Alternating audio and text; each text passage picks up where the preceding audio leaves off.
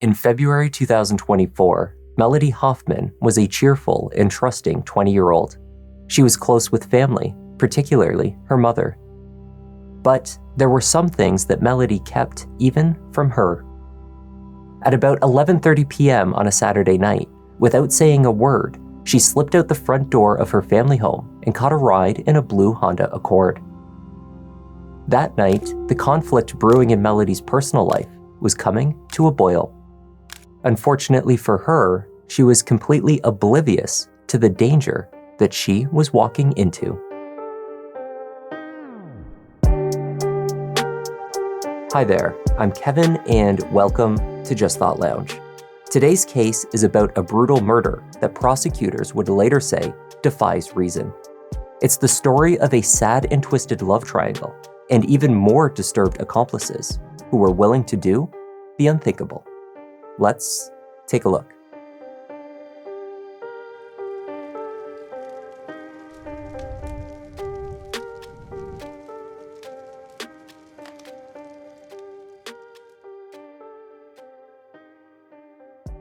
Melody Hoffman and her mother, Megan, had no particular plans on Saturday, February 17th, 2024. The two had a late start to their day, leaving their home in Marion, Iowa in the afternoon to do some grocery shopping. They grabbed tacos for lunch, then had dinner in. Later, they crawled into Megan's bed to watch a movie. When the film ended at just after 11 p.m., Megan assumed that was it for the night. However, her daughter had other ideas. At 11:27, Megan received a notification from the Live 360 location tracking application. The app was connected to her daughter's phone, and Melody had just left the house. A camera in their living room captured the 20-year-old leaving only a few minutes earlier. On the video, the screen of Melody's cell phone was captured flashing as though she was receiving a message or call. The sender, unknown. Her mother was not impressed. She texted immediately, "Are you kidding me right now? I'll be back," Melody wrote. Unfortunately, that would not be the case. Megan continued to message her daughter. She was telling her to come home while also monitoring Melody's movements via the Live 360 app. It showed her heading northwest towards Morgan Creek Park, then back towards Marion. Around 1 a.m., she appeared to be at an apartment complex only a few blocks away from home. Then, her location permissions were disabled. Exchanging messages over Snapchat, Megan repeatedly told her daughter to re-enable the location tracking.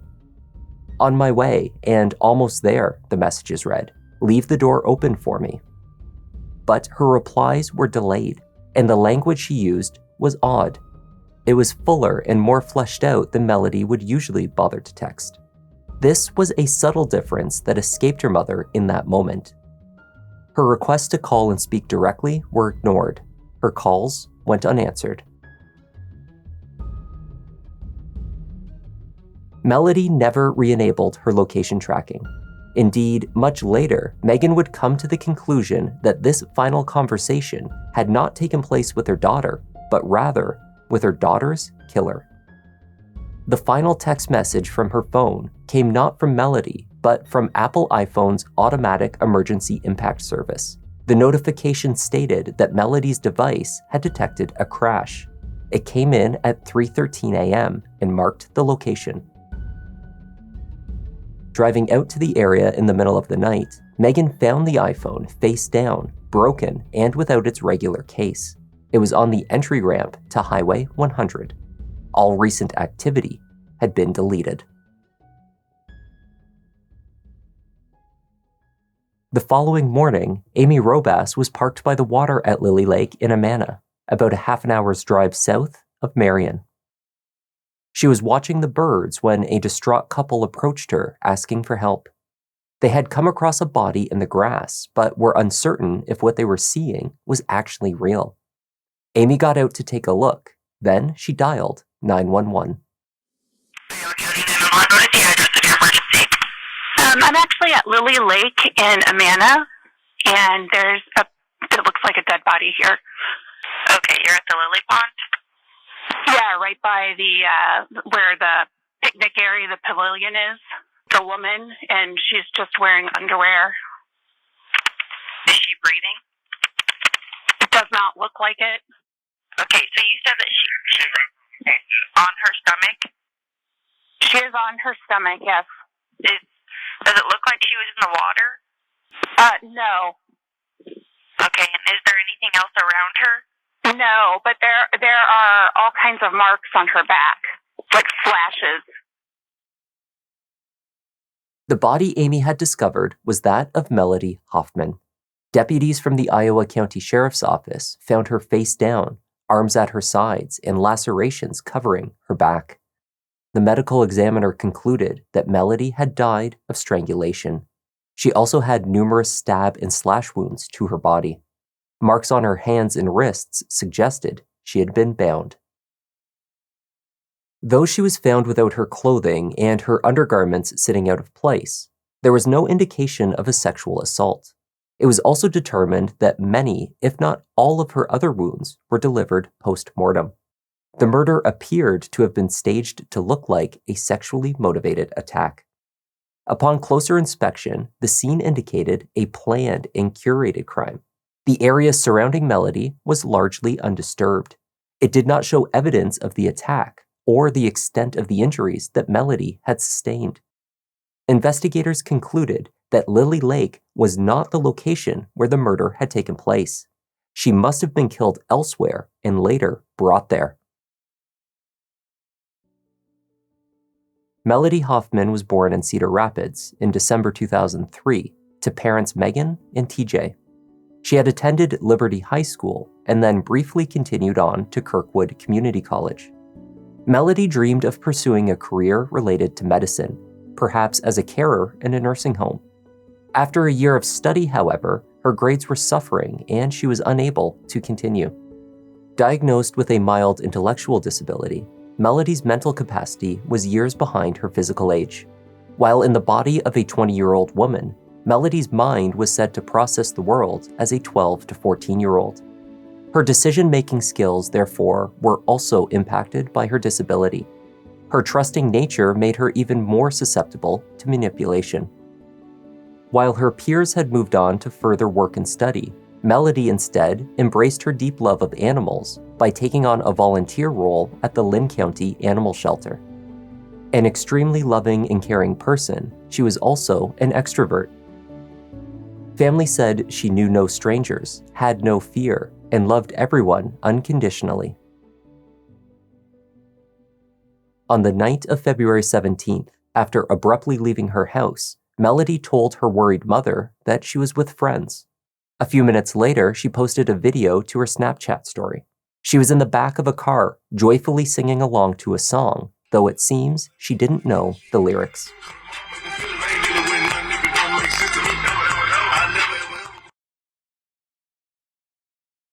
Heartache and grief over the news of Melody's murder was felt by the community of Marion. A vigil was held in the days following her death to remember Melody's joyful and carefree personality.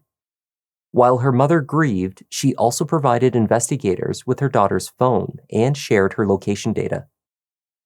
Investigators determined that Melody was at Morgan Creek Park when her Apple Watch recorded her heartbeat intensify before it either stopped or the device deactivated. They believed the murder had taken place there before her phone traveled back towards Marion at 1 a.m., later traveling to her final destination. It did not take long for detectives to identify the first person of interest in the investigation, and that was Melody's ex-boyfriend, a 20-year-old named McKinley Louisma. McKinley was known as just Ken to his friends.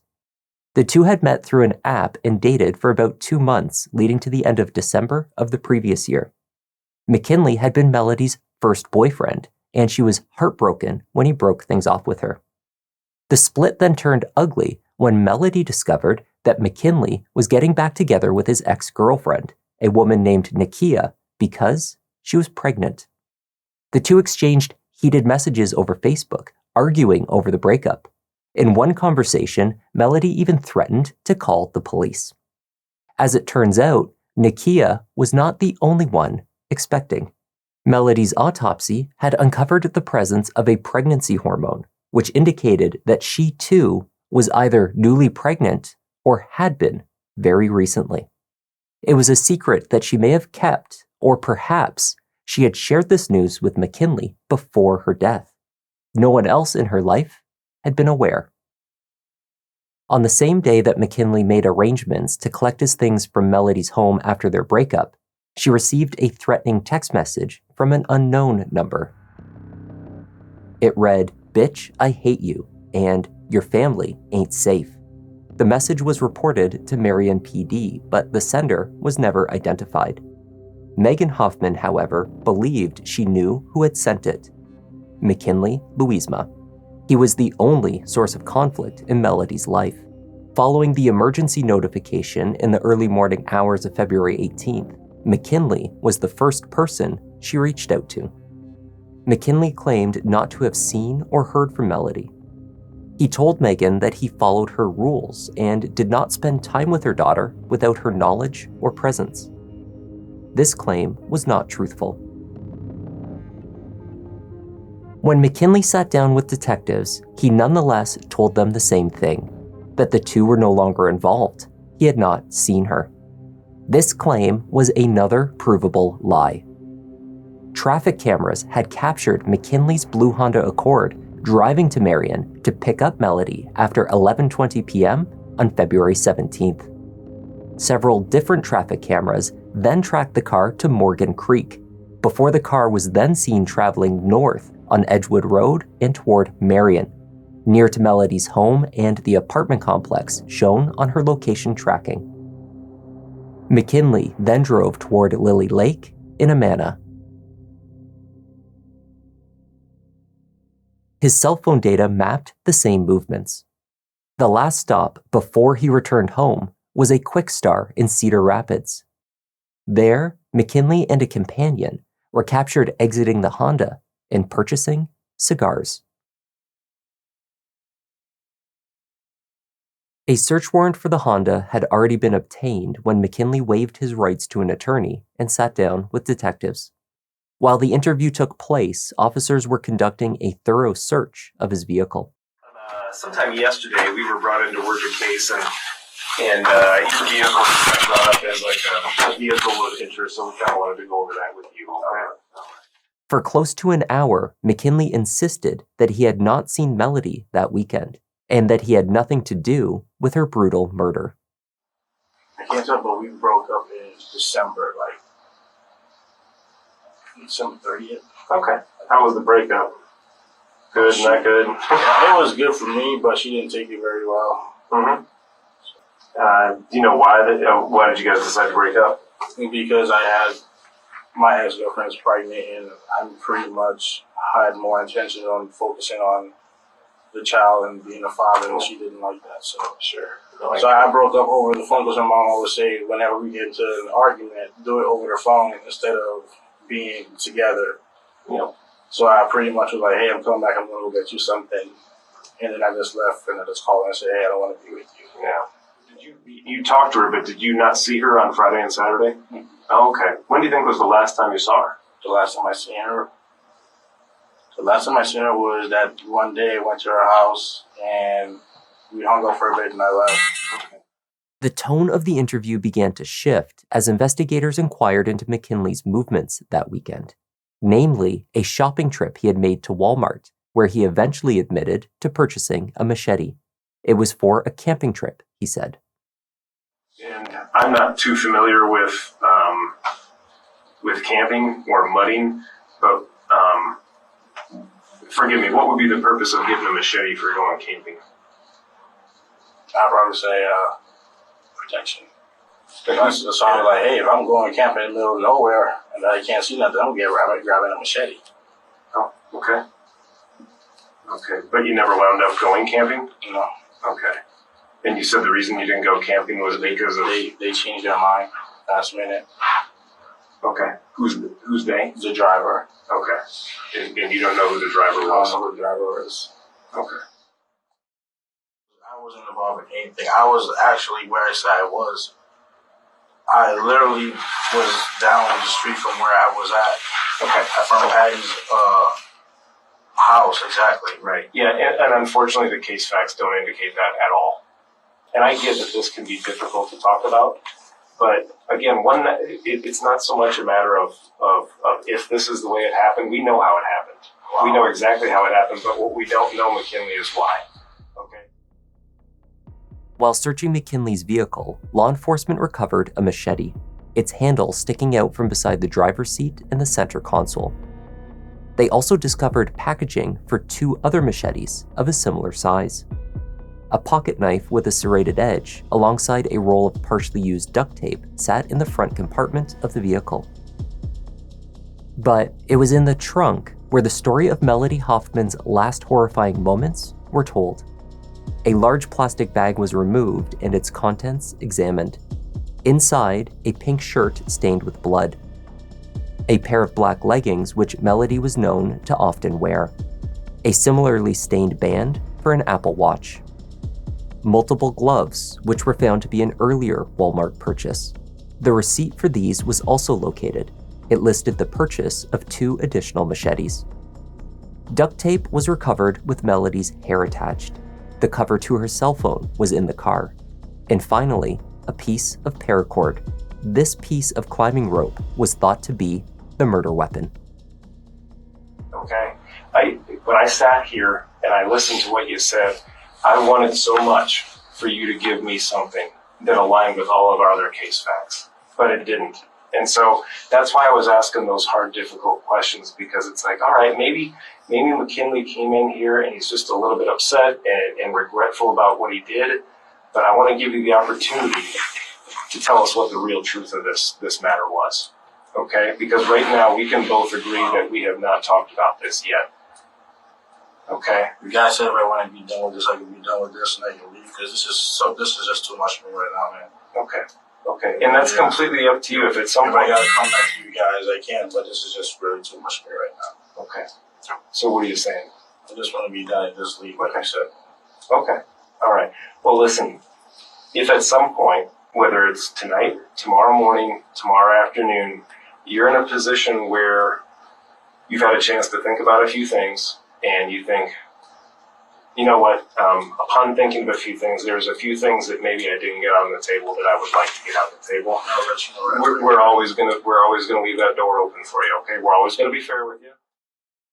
When McKinley was ready to talk, he offered a new version of events, one that placed the blame squarely on the other individual that was with him that Saturday night, a new friend of his, Dakota Van Patten. Dakota and Melody had never met. McKinley said that they started with casual plans to spend time together that night, and Dakota was simply tagging along. But things took a dangerous turn when Dakota began to suspect that Melody had a bit of money. He may have gotten this impression, McKinley claimed, after she spoke about wanting to buy him some gifts, including a new PlayStation.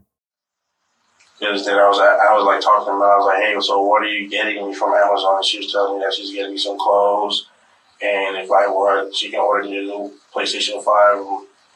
And then he was like, damn, you must have a lot of money to be spending on him like that. And then she was like, yes, because she loved me. So then he was like, well, can we just ride around for a bit? He just was whispering something to me. And I was like, what are you whispering? And he pretty much was just whispering something, and I was like, I don't know. And I'm like, so what are we doing? So then he was like, can I talk to you for a bit? I'm like, okay, talk. And he was like, no, by yourself. To McKinley's surprise, Dakota then pulled out a gun. He proceeded to make demands. He forced McKinley to tie up Melody with the duct tape, he said. Perhaps they could ransom her. He told me to get the duct tape and duct tape her hand. So at that point, I thought it was all a joke, you know. I thought it was literally all a joke.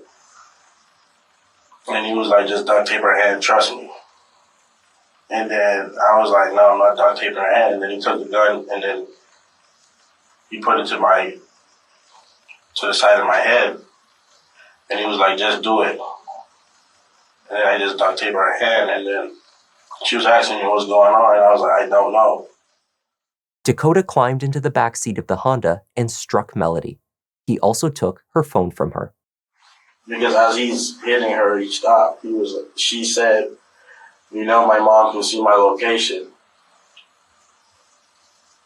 And then when she said that, I remember her. She does have her location on. So when he told me to turn it off, I turned one location off, but I left the other one running, and he didn't know. I pretty much ran back to Marion. And From where? From Martin Creek Park. Okay. I went back to Marion, and I went closer to her house, so that way I can give her mom a clue, like her daughter is nearby. Because I turned the location on right back after. So then, when her mom was texting, and he was like, "Who's that texting?" And it says, "Big Fat Llama Drama." And he was like, "Who is that?" And she said, "That's my mom." And then he took the phone, and he started texting the mom, saying, she's on her way to open the door. Right. So tell him, like, yo, just stop, bro. Just let her go. Just let her go. She in the backseat crying and calling my name. I can't do nothing because he's sitting in the front seat with a gun. And he has the phone. According to McKinley's version of events, once they drove to Lily Lake and parked by the pond, he turned off the car and waited while Dakota took Melody some distance away. He claimed there was nothing that he could have done to stop what happened next.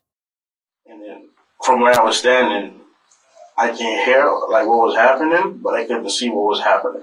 I couldn't do nothing because I couldn't get out of there. So I was pretty much just standing by the car, just like wishing like it would all stop. Detectives were not buying the story. If McKinley had been forced into taking part in a murder at gunpoint, why not report it? I really tried to say something. I couldn't. So then I fell asleep for a bit and I started having nightmares. When the weapons found in the Honda Accord were tested for DNA and fingerprints, they returned hits on Dakota Van Patten, not for McKinley Louisma. The house where Dakota was staying was searched. In the basement where he slept, detectives found more of the climbing rope that they had discovered in McKinley's trunk. At the end of Dakota's bed were a pair of eyeglasses. These were confirmed to be Melody's. Dakota's brother also lived in the house, and investigators found a machete under his bed, a locked container with a pistol, holster, and ammunition in his bedroom, and a footlocker with knives. The 18-year-old was arrested and arraigned for the murder alongside McKinley Louisma. The lack of DNA on the items in the trunk may have cast doubt upon the extent of the ex-boyfriend's involvement, if it were not for the other circumstantial evidence linking him to the murder. Surveillance from the Southwest Cedar Rapids Walmart, where the machetes and gloves were purchased, revealed 3 men purchasing supplies. With McKinley and Dakota Van Patten was 18-year-old Logan Kimpton. 3 machetes were purchased, as well as multiple pairs of gloves.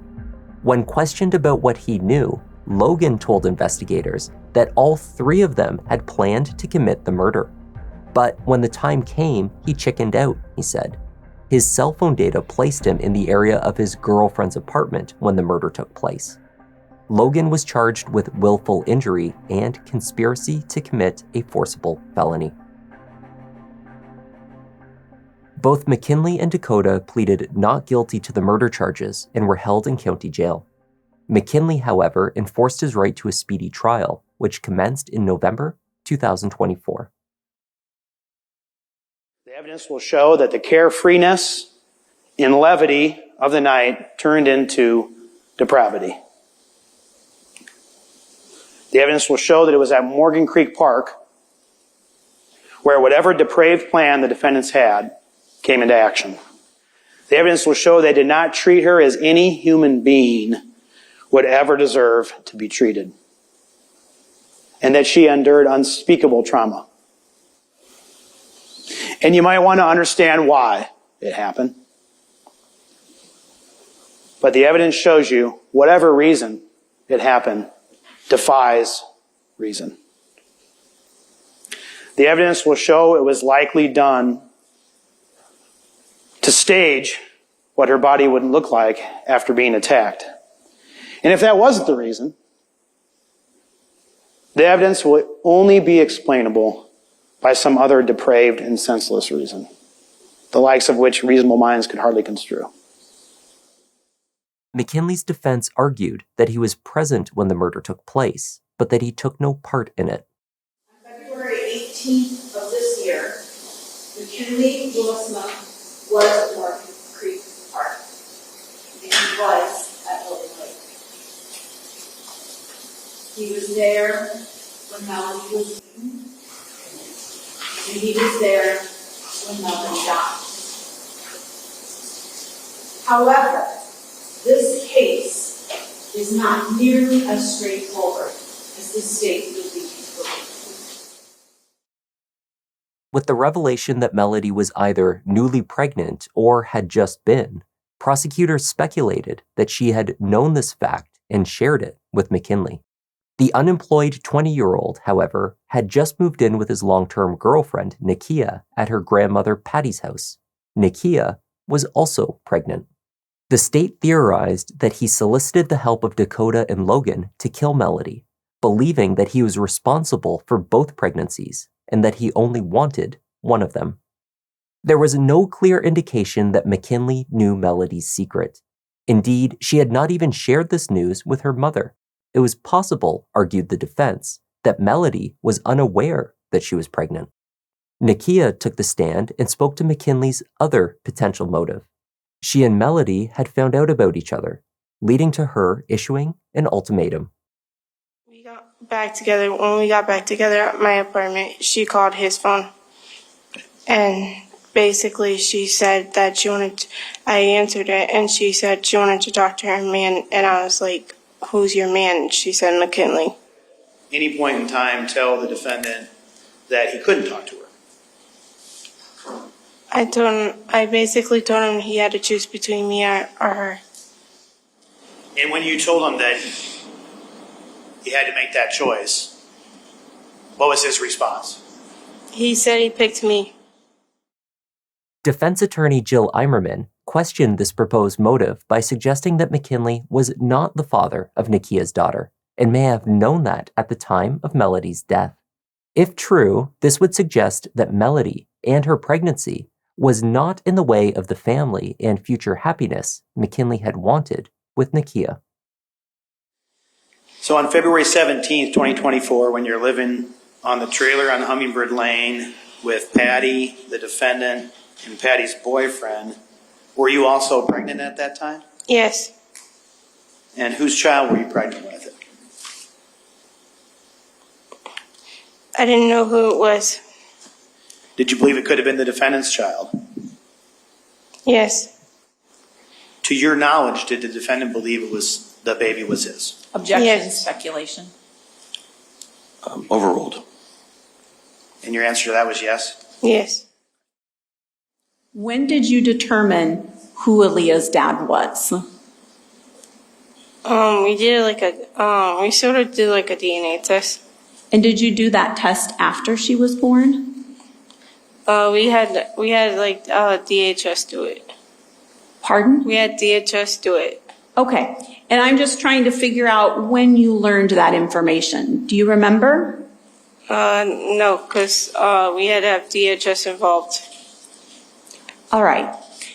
Just to be clear then, McKinley didn't know for sure if he was the father of your baby for a time. Is that right? Yes. And in fact, McKinley is not Aaliyah's dad, correct? We didn't, Matthew's not the father of Aaliyah. Okay. And McKinley's not the father. We haven't done a DNA test with McKinley. Friends and acquaintances took the stand to testify to incriminating statements made by the three accused conspirators, McKinley, Dakota, and Logan Kimpton, relating to the murder, although their recollections were questionable. Taya Meyer was a friend of Dakota Van Patten's at the time. She told the jury that in the early morning of February 18th, Dakota had wanted to speak with her about something important. So I closed my door. I said, so what is this about? I want to go to bed. Like, what are you here for? And he was just like, well, I just need to tell you something. I said, well, get off your chest. Tell me, like, what's going on. And he was like, I killed someone. I said, who, why, what the fuck, what for? And he was like, that Melody girl. And I was like, for what? She didn't do anything to you. Who, why would you do that? Who with? What was the reason? He was like, with Ken. That he was with Ken and that he killed someone. Did he tell you what he did, what Ken did, No. what they may have done together? No. Did he offer any more details about that? No. He just said it had to be done. He just said it had to be done? Yes. Critically, Taya told the jury that Dakota had implicated McKinley, or Ken as they knew him, directly in the murder.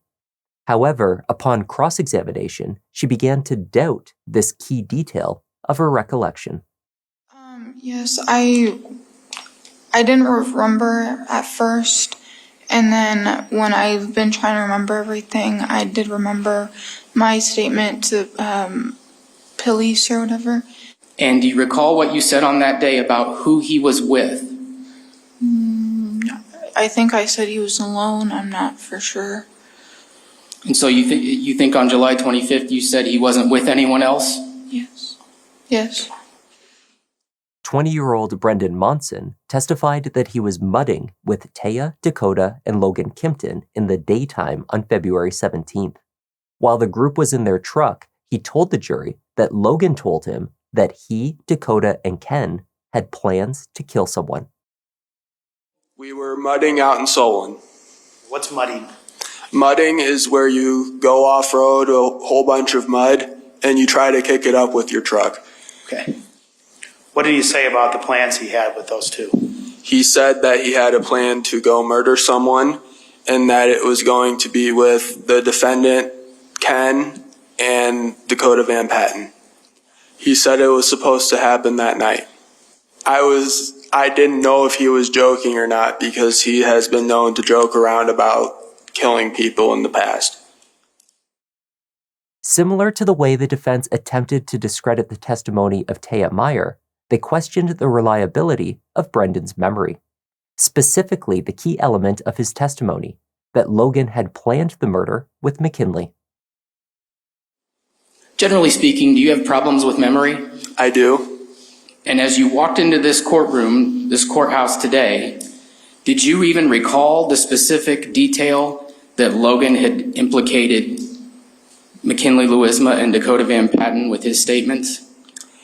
I don't remember exactly what I said, but I remember roughly about what I said. And did someone have to refresh your memory of that particular detail today? Someone did have to refresh my memory on that detail, yes. No further questions, Your Honor. Trevor Wise met McKinley through his nephew, Logan Kimpton. Trevor told the jury that McKinley asked him to stay quiet about the time he was spending with Dakota Van Patten. Specifically, he asked him not to tell his mother because the two of them tend to get into trouble when they are together. When pressed during cross-examination, however, he too questioned whether he remembered McKinley stating those words to him. Now, today, your testimony was that during that 8-minute car ride, Ken said, "Don't tell your mom," correct? Is that right? Correct.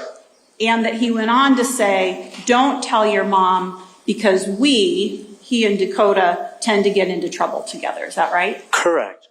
As you sit here today and you were answering questions under oath, did you remember who it was that said that in the car?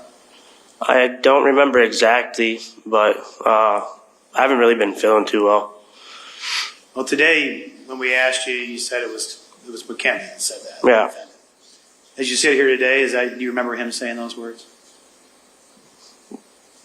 I don't know. Though the witness testimony had its limitations, digital evidence painted a clear picture. McKinley's phone showed his internet search history, which included several items online at Walmart, including face coverings, ski masks, and rubber gloves. In his phone's map application, he searched for both Morgan Creek Park and Lily Lake. These searches were performed only a couple of hours before McKinley arranged to pick up Melody from her home on the night of the murder. Photos recovered on the device showed selfies of Dakota sitting on the bed in Taya's basement, posing, wearing Melody's glasses. A photo of Dakota was also taken while he sat in the passenger seat of McKinley's car. A BB gun is visibly poking out from his waistband. This, the state says, is the supposed weapon that was pulled out by surprise and used to compel him into taking part in the murder. Perhaps most disturbing was a photo of Melody recovered from his cell phone. It showed her with duct tape over her mouth and a bloody nose. She was crying. He had a lot going on in his life at that time. He had a long-term relationship. He was getting back together. He had a new girlfriend who he was starting to part with a secret. Then he had an ultimatum. On February 17, 2024, the evidence in this case has shown that the defendant had a past with Melody Hoffman and that she wanted to have a future with him, but he didn't.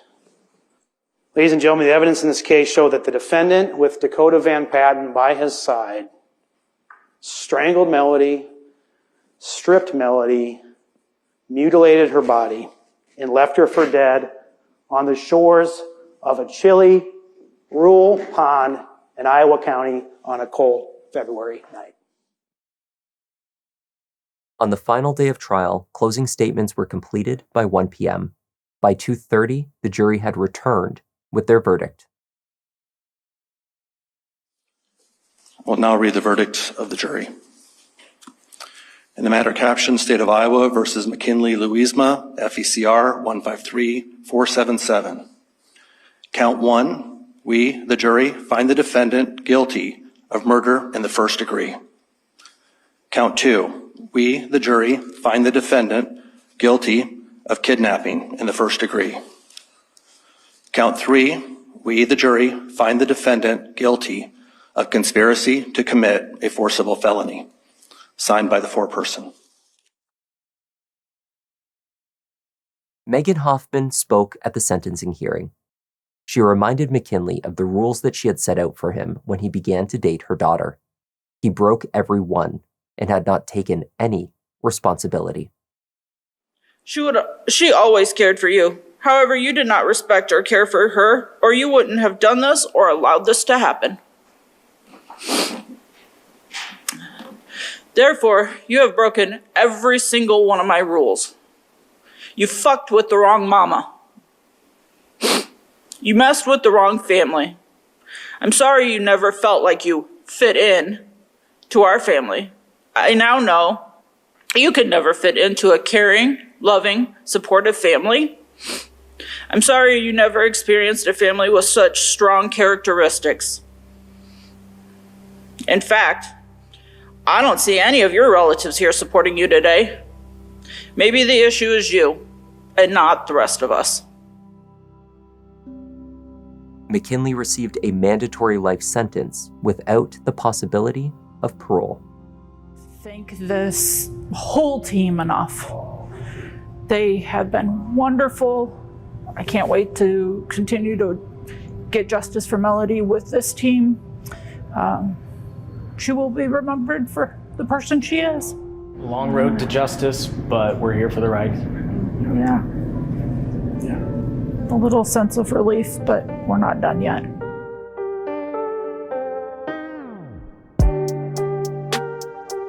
Dakota Van Patten's murder trial is currently scheduled to begin in March 2025, while Logan Kimpton was bent to face trial in December 2024 and has had his date pushed to April. And that was the tragic case of Melody Hoffman. Thank you for joining me, and a special thanks to Pascaline Lamonier and Charles Pride for joining our Members Lounge. I'm Kevin, this is Just Thought Lounge, and I'll see you in the next one.